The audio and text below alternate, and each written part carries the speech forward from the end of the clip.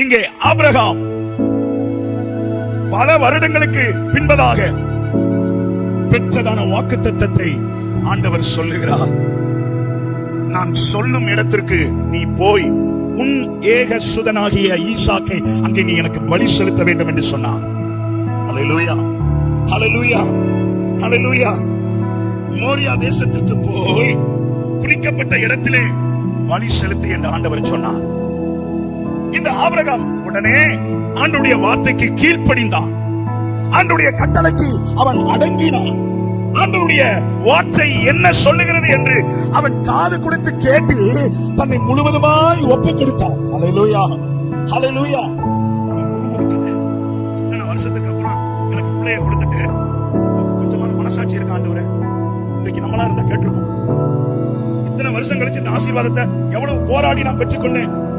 உனக்கு கண்ணு இருக்கா, காது இருக்கா, மூக்கு இருக்கான்னு கேட்போம். ஹல்லேலூயா, ஹல்லேலூயா.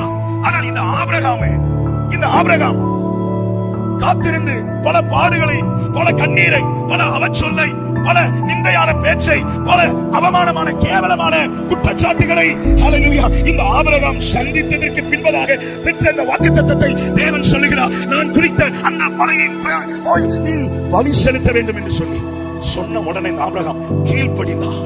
ஹல்லேலூயா, ஹல்லேலூயா. ஒப்பு கொடுத்தார். ஹல்லேலூயா. இன்றைக்கு அநேகருக்கு இந்த மனப்பக்குவம் இல்ல.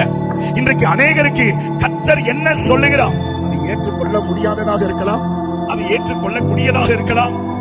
எப்பேற்பட்ட காரியமா இருந்தாலும் இன்றைக்கு அதை ஒப்பு கொடுப்பதற்கு, அதை தேவனுக்காக இழப்பதற்கு இன்றைக்கு மனது இல்ல. ஹல்லேலூயா, ஹல்லேலூயா. என்ன சொல்லியிருக்கோம்? பிசாசோட தந்திரம், நம்மளை வஞ்சிக்கிறதுக்காண்டி பிசாசு நம்மள்ட்ட எப்படி பேசுறான், அது எப்படி ஆண்டவர் வந்து கொடுத்துட்டு ஆண்டவர் எப்படி மலையில வந்து பலியிட செலுத்த சொல்லுவார் என்று சொல்லி நம்மளா என்ன செய்வோம்? கேள்வியில கேட்டு ஆண்டவருக்கு ஒரு உபதேசம் பண்ணிருக்கோம். ஹல்லேலூயா, ஹல்லேலூயா. ஆனால் இந்த ஆபிரகாம் கர்த்தருடைய வார்த்தைக்கு தன்னை முழுவதுமாய் அர்ப்பணித்தவனாக, எந்த ஒரு கேள்வியும் இல்லாம, எந்த ஒரு சந்தேகமும் இல்லாம கர்த்தர் சொல்லிட்டாரு அவருடைய வார்த்தைக்கு நான் கீழ்ப்படிந்தாக வேண்டும் என்று சொல்லி தன் மகனை பலி செலுத்தும்படியாக அந்த பலிபீடத்திலே கடத்தி கத்தியை வாங்கினவுடனே பரலோகம் தீ விதித்தது.